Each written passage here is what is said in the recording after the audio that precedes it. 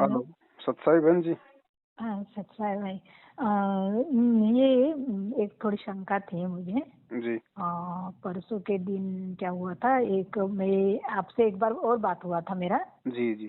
तो एक भाई जो थे, तो वो ना उस दिन क्या हुआ था, मेरे घर में सुबह में मुझे बता रहे थे कि मुझे जो सपना आया था कि परमेश्वर अ, मुझे आके मेरे घर में मेरे सपने में आए और मैंने उनके चरण पकड़े, हम्म, ऐसे बोल के खाली बोले। फिर मुझे बोले कि मैं 12 बजे आके आपको बताता हूँ। जी। तो मैं बोली तो ठीक है।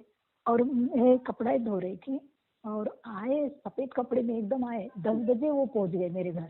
हम्म, तो मुझे थोड़ा, मैं बोली कि मुझे थोड़ा बैंक जाना है, तो बोलते कि फिर मैं यहाँ से वापस चला जाऊँ क्या। हम्म, और मेरा हमेशा ताला लगा रहता गेट में। हम्म, तो मैं बोली नहीं नहीं नहीं, आप जाइए मत, आप आइए। तो वो फिर मैं गेट खोली।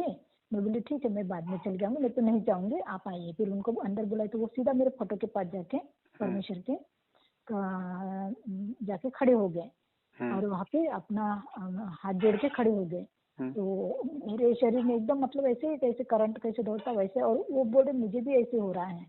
तो फिर वो आके सोफा पे बैठ गए और मैं दीवान पे बैठी। तो मैं बोली, फिर थोड़ा देर वो मेरे तरफ देख ही रहे और मैं उनके तरफ, मुझे समझ में आ रहा था मैं क्या बोलूं। हम्म, और वो भी कुछ नहीं बोल रहे। फिर मुझे ऐसा एहसास हो रहा था कि आजू बाजू में मैं हूँ बेटा, मुझे पहचान, मैं यहाँ हूँ तुम्हारे पास में हूँ, हम्म, तो मुझे पहचान, मैं यहाँ पे हूँ तुम्हारे आजू बाजू में। फिर मैं उनको बोल भी रही कि पता नहीं मुझे क्यों ऐसा एहसास हो रहा है, मेरे रोकते खड़े हो रहे हैं कि परमेश्वर मेरे आसपास ही कहीं खड़े हैं, हम्म, मेरे भगवान मेरे आसपास कहीं खड़े हैं, बेटा मुझे पहचान, मैं यहीं पे हूँ तुम्हारे पास। और एक बार मुझे थोड़ा शंका भी हो गई थी कि मतलब सब लोग बोलते हैं ना कि मेरे घर आए मेरे घर आए। तो मैं ये बोली थी मन में कि परमेश्वर सबके घर आते, मेरे घर नहीं आते हैं। हम्म, तो बोले कि बेटा तू पहचान मुझे। और मुझे ऐसे लग रहा था कि मुझे गोदी में उठा के इधर उधर लोरी सुना रहे हैं। हम्म, और मुझे इतना मतलब खुशी हो रहा था अंदर में कि मैं क्या अभी उनके बारे में क्या बोलूं, मुझे समझ में आ रहा, कितना वर्णन करूं मैं उनका, कितने गुण गाऊं, मेरे पास शब्द ही नहीं थे। मैं ऐसे मुंह से बोल भी रही हूँ कि मैं कितना वर्णन करूं, आज इतनी खुशी हो रही मुझे कि मैं बयान नहीं कर पाए। हम्म, तो वो भाई बोल रहे कि हाँ आज आपके चेहरे पे बहुत खुशी दिख रही है, क्या बात है, आज बहुत आपका चेहरा चमक रहा है। मैं बोली पता नहीं, आज अंदर से इतनी खुशी हो रही कि कितना मैं मतलब कितना वर्णन करूं परमेश्वर का। तो फिर वो बैठ गए। मैं पहले उनको तो मीठा और जो शंकर पाड़े थे मीठा और पानी दी। उसके बाद मैं बोली कि आप को चाय बनाती हूँ, तो बोलते थे ठीक है। तो मैं बोले आप काली चाय पीते हैं ना, तो उनके लिए काली चाय बनाई। फिर मेरा मन ही नहीं माना, फिर मैं बैठी बैठी और परमेश्वर सब मेरे मुंह से उगलवा रहे। हम्म, सब में मतलब जो जो था कि मैं बोल रही कि नहीं, मैं तो परमेश्वर को इतना ही मांगी थी कि मुझे एक छत दीजिए और 2 रोटी, 2 वक्त की रोटी और 2 कपड़ा, इतना ही बोलते। परमेश्वर ने मुझे इतना दे दिया कि मेरे मुझसे भी ज्यादा दे दिए।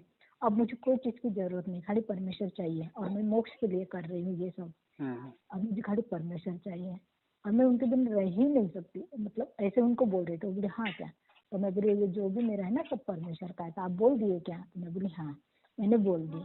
तो फिर वो बोले कि उनको बोले कि मैं वहाँ सत्संगत में आने के लिए रिजर्वेशन, तो खाली इतना ही वो बोले कि अभी रिजर्वेशन नहीं हो रहा, सब वेटिंग में आ, खाली इतना शब्द बोले, फिर कुछ नहीं बोले वो।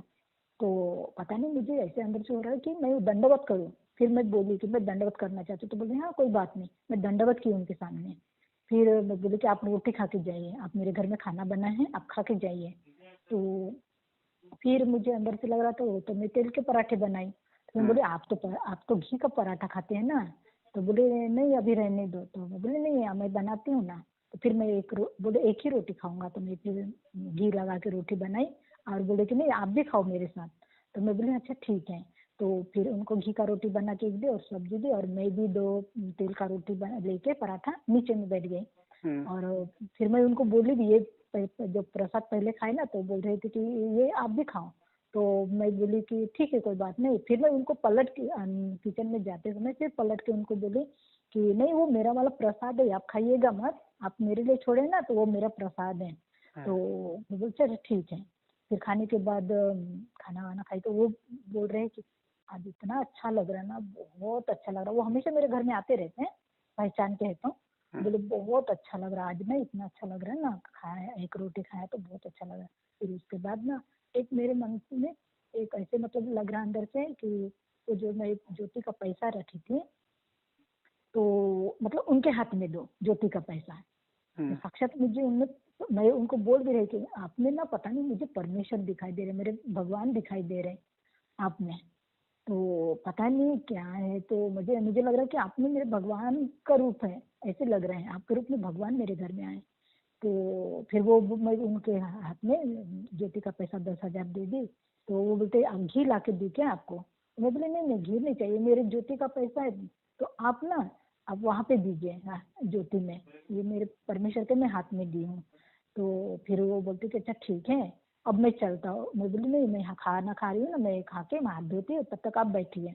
फिर उनको ले जाके बेसिन में हाथ धुलवाए और वो अपना गमछी निकाले थे पोंछने के लिए। मैं बोले आप अपने गमछी से मत पोंछिएगा, मेरे पास धुला हुआ है। तो फिर वो दी, वो पोंछे और बोलते कि अब मैं जाता हूँ। तो मैं बोली नहीं आप रुकिए, मैं दंडवत करती हूँ। तो वो बोलते ठीक है। फिर उठ गए, खड़े हो गए। फिर मैं दंडवत की, एकदम सफेद कपड़े में आए थे, एकदम सिंपल। मैं वो ये भी पूछी कि अपने तो परमात्मा बोलते हैं ना कि बेल्ट नहीं लगाना है चमड़े का। तो बोलते नहीं मैंने तो नहीं लगाया हूँ ना, मैं तो नहीं लगाया हूँ। फिर वो चले गए। वो चलने के बाद मैं गेट तक उनको छोड़ के आई। छोड़ के आने के बाद फिर पूरा दिन चला गया। शाम को 4 बजे फिर एक फकीर के रूप में गेट के पास खड़े थे। सफेद कपड़ा था, एक पंजाबी कुर्ता, गमछी था, एक उनका झोला था और वो मोर पंखे नहीं होते हैं वो हाथ में पकड़ के थे। और वो झोला पकड़ के, और हमको तो ऐसे कुपात्रों को दान देना ही नहीं, तो मैं किसी को देती नहीं हूँ। तो एकदम कचरे की बाल्टी में लेके जा रहे थे, एकदम मेरी आत्मा उनकी तरफ खींच रही है। लग रहा है कि मेरे परमेश्वर आ गए हैं गेट के पास। तो फिर मैंने ताला खोले, तो मैं बोली आपको क्या चाहिए, आपको मैं क्या दूँ? तो बोलते देखो बेटा ये सब लोग ना 10-5 रुपए दे रहे हैं। तो मैं फिर ताले को गेट को कुंडी लगा दी। मैं बोले आप रुकिए यहाँ पे खड़े हैं, मैं आती हूँ अभी। तो बोलते अच्छा ठीक है। तो मैंने आके दंडवत करी परमेश्वर को और बोली परमेश्वर क्या आप सुबह में तो आप दर्शन देते गए, मुझे संकेत दीजिए कि क्या आप ही हो क्या, आप हो तो मुझे संकेत दीजिए। तो फिर मैं बाहर गई, 10 रुपए लेके बाहर गई, उनके झोली में डाली। तो इतना मुझे रोना आ रहा और मैं अंदर से पुकार रही मेरे परमेश्वर को, आप मेरे परमेश्वर हो, आप मेरे कबीर परमेश्वर हो, आप आए परमेश्वर, आप तो सुबह में आए थे। तो बोल रहे हैं कि बेटा तुम्हारी मुझे बहुत चिंता हो रही है, मेरी अच्छे बच्चे हो तो बहुत बहुत चिंता हो रही बेटा, मैं तुम्हारे लिए मैं यहाँ से जा रहा था, सोचा कि बेटी से मिल के जाओ। फिर मेरा मन ही नहीं रोक पाया, इतनी रोई इतना रोई मैं मस्त खूब वो उनके नाम से, ए परमेश्वर परवरदिगार, ए प्रभु आप आए मेरे लिए आए, आप कितनी चिंता है मेरी आपको। हाँ बच्चा तेरी चिंता है, आजू बाजू वाले लोग ठीक नहीं, सावधान रहना। तुम्हारे घर से 2 चीजें गई है, तुमको पता नहीं है, मुझे पता है। और मेरे यहाँ ना मेन गेट पे एक दुर्गा जी का फोटो है लगा हुआ। तो उनको प्रणाम किए और बोल रहे कि तुम्हारा कोई कुछ नहीं बिगाड़ा, मैं हूँ ना तुम्हारे साथ, मैं तुम्हारे पल पल साथ में रहूंगा, तुमको डरने की चिंता नहीं, लेकिन फिर भी सावधान रहना, मैं हमेशा बीच बीच में आते रहूंगा तुम्हारे घर। और ऐसे बोल के वो खाली फिर मैं 1 मिनट भी नहीं लगा, जैसे उनको चेयर पे लाके बाहर में बिठाए। मैं बोली कि आप मेरे अंदर चलिए सोफा पे बैठे। तो बोले नहीं, तो ये तो मैं सुबह में बैठ के गया ना यहाँ से। तो फिर मैं एकदम उनके पैर में प्रणाम कर दी, एकदम 1 मिनट भी नहीं सोची, एकदम प्रणाम करी। तो वो फिर दुर्गा जी को हाथ जोड़े, बेटा सब कुछ ठीक होगा, तो भक्ति में लगी रहूं, कुछ नहीं होगा, मैं हूँ ना तुम्हारे साथ। फिर वो तो फिर एक बार और बोले कि बेटा कुछ और होगा तो दो। तो मैं बोली मैं तो ज्योति का पैसा दे दीजिए, ठीक है। फिर चले गए वो, चले गए। तो ये क्या है भाई? ये सपने की बात है या फिर हकीकत की है? हकीकत, ये दिन की बात, हकीकत हकीकत दिन में हुआ ये सब चीज मेरे साथ। तो मेरे घर के लोग वो बोल रहे हैं कि आओ आप किसी को भी दान देती हो, आप किसी को भी आने देती हो। मैं बोली नहीं बाबा तुम नहीं समझ रहे, मेरे परमेश्वर हम कोई भी रूप में आता हम नहीं पहचान पाते, लेकिन मैं इतना किसी के लिए आत्मा नहीं रोती। मैं चिल्ला चिल्ला के बोलूँ कि आप मेरे परमेश्वर हो, आप मेरे कबीर परमेश्वर हो, आप मेरे भगवान हो, आप कितना आपको मेरी चिंता है। आप सुबह में आए थे परमेश्वर, अभी भी आए, कुछ भी नहीं बोले, वो खाली सिर हिला रहे थे, रूप कौन कुछ सा भी था? नहीं बोले। हाँ गुरुजी का रूप था या कोई और था? नहीं, परमेश्वर का रूप था वो, एकदम उनके कौन अंदर कौन मुझे दिख रहे। कौन से परमेश्वर का रूप था? मुझे एकदम संत रामपाल जी महाराज इनके अंदर में दिख, न उनके न न ऊपर न दिख न रहा न था मैं चेहरा। कह रहा हूँ और अंदर में चेहरा गुरुजी का था या कोई और था? नहीं नहीं नहीं, वो तो चेहरा दूसरे का था, लेकिन उनके अंदर मुझे परमेश्वर दिख रहे ना थे, ना ना ना कबीर ना परमेश्वर दिख रहे थे। ये गलती मत करना बहन दोबारा। ये आपको एक वार्निंग है, आप थोड़ा सा मतलब ध्यान दे लेना। अच्छा। ये वार्निंग है आपको, ये फर्स्ट टाइम। हाँ। अगर दोबारा आपने ऐसी गलती की तो बहन जी बहुत बड़ा धोखा खा जाओगी। तो भाई 2 जन आए थे, फिर सुबह में एक आए चाहे थे, तो वो 20 तो आओ, अभी वो चाहे जुड़े। 2 आओ, चाहे 50 आओ। नहीं, वो सुबह आए थे, वो जुड़े हुए हैं अभी, अभी वो आएंगे सत्संगत में मेरे साथ ना ना ना वापस। ना ना मत भूल करना। ये मैंने आपको उसी दिन बोल दिया था, आपने मेरे से बात की थी ना। हाँ दास हाँ ने हाँ। आपको उसी दिन बोल दिया था बहन जी सावधान रहना। तो उनको जो मैं ज्योति का पैसा दी, तो वो वो बोल आपने रही कि बहुत मैं, बड़ी गलती कर दी आपने। वो बोल रही कि मैं दे देता हूँ करके आपने वापस। बहुत बड़ी गलती कर दी आपने।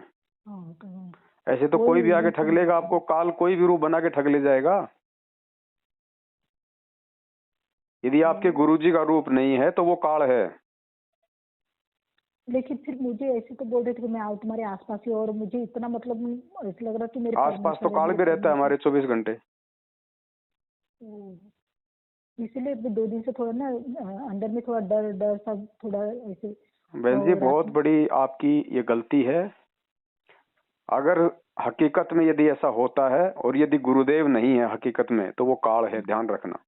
ओ, अगर काल भी नहीं है और अगर गुरुदेव भी हैं तो वो आपकी परीक्षा है कि चलो आज और तो मैं आ ये गया किसी और का रूप बना के, कल को अगर कोई और आ गया, हम्म, अगर काल आ गया तो तू तो भाई तू तो ठगी जाएगी। अपने पति इसलिए के तो अलावा, अपने परमेश्वर के अलावा हमने किसी के सामने समर्पण नहीं करना। ना किसी को कोई पैसा देना, ना ज्योति का, ना पाठ का, ना किसी को हमने दंडोत करना। ये आपने 2-3 गलतियां कर दी आपने बहुत बड़ी। ये आपकी रिहर्सल समझो बहन जी। और भाई क्या हुआ था, मेरी बेटी है ना, तो वो कैसे वो परमेश्वर को मानती नहीं, भगवान को नहीं मानती। तो वो तो इसमें है सब, वो ये दुर्गा जी की इनकी पूजा करती। तो भाई क्या हुआ उस दिन, मुझे पता नहीं था, मेरे घर में मेहमान आए थे, बहन आई थी, तो उनको छोड़ने वहां तक गई थी।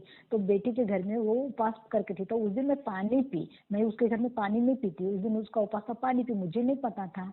तो मैं ये सोच रही थी वो गलती है, तो परमेश्वर हो सकता है कि मुझे मेरी परीक्षा लेने आए कि तुम कितना मुझे जान सकती हो। नहीं नहीं नहीं नहीं, कोई परीक्षा नहीं, कोई कुछ नहीं है। हकीकत में यदि गुरुदेव हैं तो गुरुदेव हैं, और अगर गुरुदेव के रूप में कोई और है, चाहे वो कितनी एक्टिंग करे, कितना सफेद कपड़ा पहने, कितना ही हाँ। प्यार से बोले, कितना ही कुछ कहे, हमने उसको काल ही समझना पड़ेगा। ऐसे तो हम और धोखा खा वही जाएंगे। ऐसे तो कोई भी गुरु जी का रूप बना, ऐसे तो कोई भी जो है किसी का रूप बना के आ जाएगा।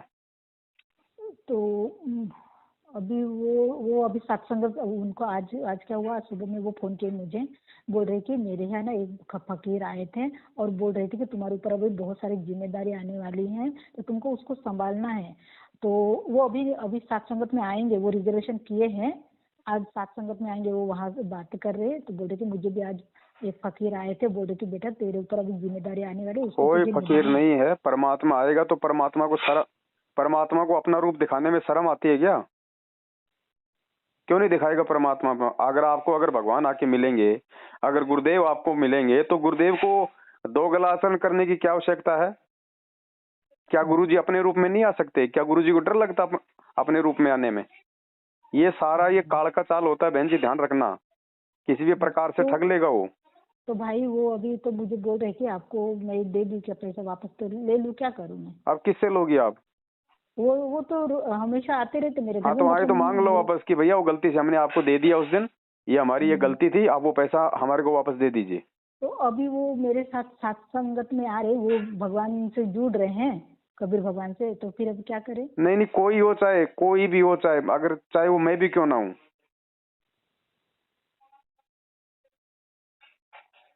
तुरंत मांगो उससे अपना पैसा, वापस ले लो उससे। अच्छा। और रात में जैसे सोई थी ना, ऐसे लग रहा था कि छोटे बच्चा होता है ना, वैसे मेरे अंदर ऐसे लग रहा था कि आत्मा में कि छोटा सा रूप बना के परमेश्वर मेरे अंदर में है, ऐसे लग रहा था मुझे रात में। देखो बहन जी, चाहे हकीकत हो चाहे वो सौपन हो, जब तक हम ज्ञान वो को आधार सपना नहीं था। बनाएंगे हम बहुत बड़ी मार खा जाएंगे। आज आपने भाव में आके अपना परमेश्वर समझ के आज आपने उसको 10,000 दे दिए, कल को वो कह देगा, क्योंकि काल भी तो मन की बात जानता है, कल को कह देगा बेटा मेरे को जो है मतलब 20 तोला सोना चाहिए, मैं तेरे को फिर लौटा दूंगा वापस, ले ला के रफू चक्कर। बोलेगा एक मेरे को तो बेटा 10 लाख की जरूरत है। आप तो मना उसको आप तो उसको मना ही नहीं कर पाओगी, क्योंकि आप तो पहले उसको समर्पण कर चुकी हो। और एक दिन फिर आए थे मेरे घर में, अभी जो मेरा तो थोड़ा सा काम वाम रहता ना तो वो कर देते। तो वो आए थे तो मुझे उन बोले थे कि मुझे ना 2 लाख रुपए चाहिए। तो मैं बोली कि देखिए आपके रूप में मुझे कार्ड दिख रहा है, मैं सीधा उनको बोल दी आपके रूप में कार्ड दिख रहा है, मैं आपको 1 रुपया भी नहीं दे सकती हूँ ना मेरे पास है, मैं सीधा उनको बोली। देखो और वो बहन, अभी आपको दास ने उसी दिन, आप आज से 5-7 दिन पहले जो हाँ बातचीत हुई हाँ हाँ थी, हाँ हाँ दास ने हाँ आपको पहले ही संकेत कर दिया था कि बहन जी सावधान रहना, ठीक है ना, अपने बेटा बेटी पे कोई भरोसा करना, ना किसी और पे कोई भरोसा करना, ज्ञान को आधार बना के चलो, भगवान को जरूरत है नहीं इन पैसों की, दूसरे को अगर किसी को जरूरत पड़ेगी तो वो आपको छलबल करेगा, फिर ध्यान रखना। अब नहीं वो देखो, तो बहुत अमीर आदमी है, वो बहुत अमीर आदमी अरे है कोई भी वो। अमीर हो, कोई भी कुछ हो, लेकिन आपकी मर्यादा तो तोड़वा देगा। हाँ ये तो बात है भाई। कल को तो फिर लेके मैं नहीं अभी देगा, वो आप उस अमीर का क्या कर लोगी, क्या बिगोड़ लोगी आप उसका अमीर का। और नहीं अमीर है भाई तो फिर अभी उसको जरूरत काहे की है, अमीर है तो उसको जरूरत काहे की है, ले लेगा और कल को नहीं देगा तो आप उसका बिगाड़ क्या लोगी। नहीं वो मुझे बोल रहे थे, कल ही बोल रहे थे कि ये पैसा मुझे मत दो, मुझे मत दो, ऐसे करके बोल रहे थे। मैं बोली अब मुझे तो वो परमिशन दिख रहे थे तो उनके नहीं नहीं नहीं बहन, ये तो मैंने ये दे दी। मार तो खा जाओगी बोले ये बहुत। मुझे कि मैं वापस दे दूँ क्या आपको, हाँ ऐसे करके बोले हैं। और बोले अभी सत्संग से भी वो जुड़ने के लिए अभी फोन इधर उधर ना फोन ना कर ना, वो देंगे। जुड़े ना जुड़े हमें कोई लेना देना नहीं है उससे, हमने अपनी मर्यादाओं को प्रथम ध्यान रखना है। तो अभी मैं वो जो अभी जयपुर अभी कहीं तो भी है ना अभी सत्संगति।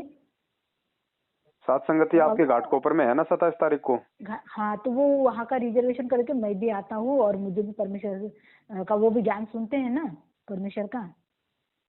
अरे कोई अब ज्ञान सुने ना सुने, आप किसी भगत को, आप किसी ऐसे तो किसी अभी भाई अनजान को हम आप जी कैसे दंडवत आए कर भाई रही हो, अकेले किसी अनजान को आप 10,000 रुपये ज्योति का दे रही हो, बहन जी ये तो ज्ञान की बहुत बड़ी कमी है, वो ठग ले गए आपको।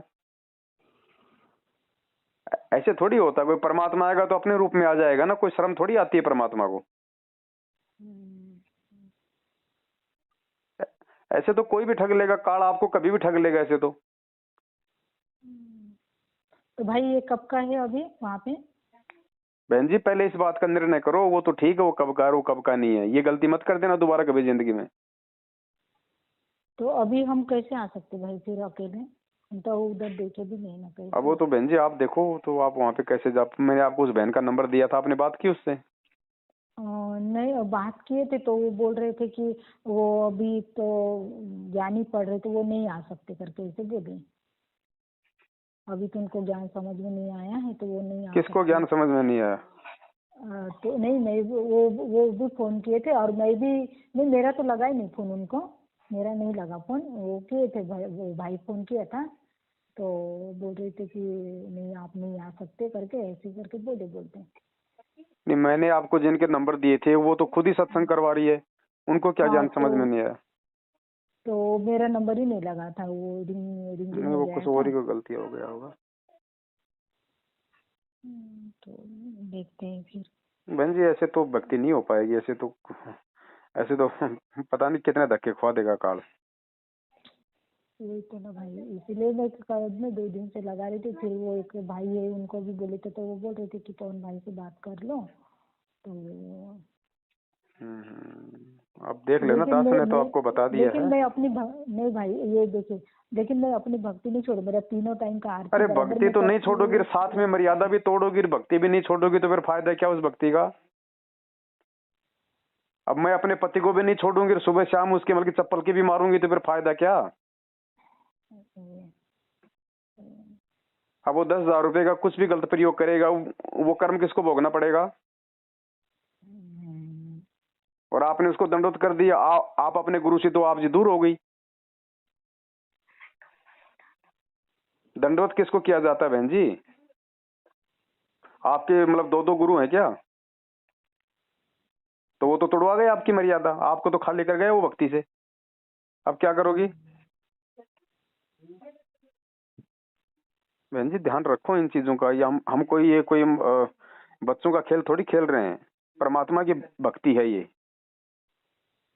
ऐसे तो कल को मैं आ जाऊंगा, आप तो मेरे ऊपर जमल की आसक्त हो जाओगी, आप तो मेरे को दंडवत कर दोगी। कि मेरे को तो आपके अंदर परमात्मा दिखाई दे रहे हैं।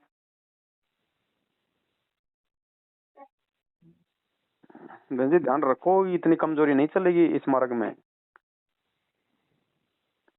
ये तो 650 साल पहले वाली घटना है, तो यह थोड़ी है कोई कि भाई आज भी शिक्षा लेके भी, इतना ज्ञान सुन के भी हम हर किसी को अपना परमात्मा के रूप में स्वीकार कर लें, हर तो किसी को। अभी भाई हम फिर उनसे वो पैसा ले सकते हैं ना? अब पैसा तो ले लोगी, लेकिन जो मर्यादा वो तोड़ गया वो थोड़ी ठीक कर लोगी। आपको जो पतिव्रता धर्म से जो नीचे गिरा गया उसका क्या करोगी बताओ? आपने दंडोत कर दिया, वो कैसे वापस ले लोगे आप?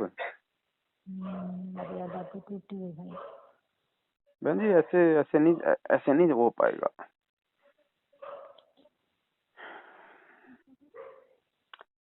अब चलो जो भी है, परमात्मा से समय ऐसा ना करो, आगे ध्यान रखो बहन इन सब बातों का। ऐसा नहीं चलता, इतना भोलापन थोड़ी चलेगा इस भक्ति के अंदर। फिर फायदा क्या हुआ फिर आज ये सत्संग सुनाने का, गुरु जी के द्वारा ये तत्व ज्ञान देने का, शिक्षा देने का। ठीक है, ध्यान रखेंगे भाई आगे। सबसे पहले तो गुरुदेव से माफी मांगो, ठीक है भाई। और आगे से स्पेशल ध्यान रखो। बिल्कुल भाई, गुरुदेव को आने की आवश्यकता है नहीं, क्योंकि गुरुदेव ने ज्ञान दे दिया, ज्ञान ही हमारा गुरु है। दूसरा कोई आएगा तो वो आपको ठग रहा है, फिर वो काल है, फिर ध्यान रखना इस बात का। इसीलिए मुझे ना पता नहीं, अभी रह के ना अंदर में ना थोड़ा थोड़ा हल्का सा डर लगने लगा है। नहीं तो भैया ऐसे तो कभी भी ठग लेगा। अब वही अगर कल को फिर आ जाएगा और बोलेगा बेटा मुझे 5 लाख रुपए की जरूरत है, आपके पास तो है पैसा, आप तो उसको मना कर ही नहीं पाओगे, क्योंकि आपको लगता है ये तो मेरा गुरु है, और गुरु जी को मना कर दूंगे तो फिर इस पैसे का फायदा क्या? वो तो ले जाएगा, ठग ले जाएगा आपको, मर्यादाओं से भी ठगेगा, आपको पैसे से भी ठगेगा। फिर क्या करोगी?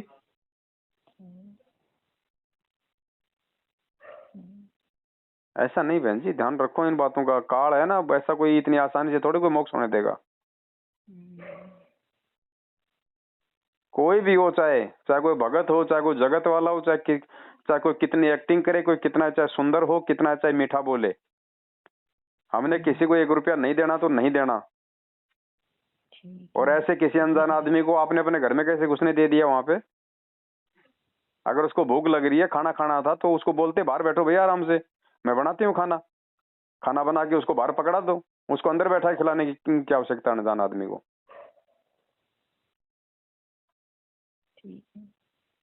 ये ध्यान रखो बहन जी, धोखा खा जाओगी बहुत बड़ा, ध्यान रखना।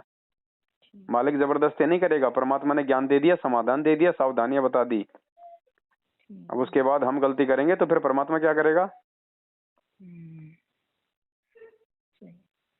ध्यान रखो बहन इन बातों का, है ना?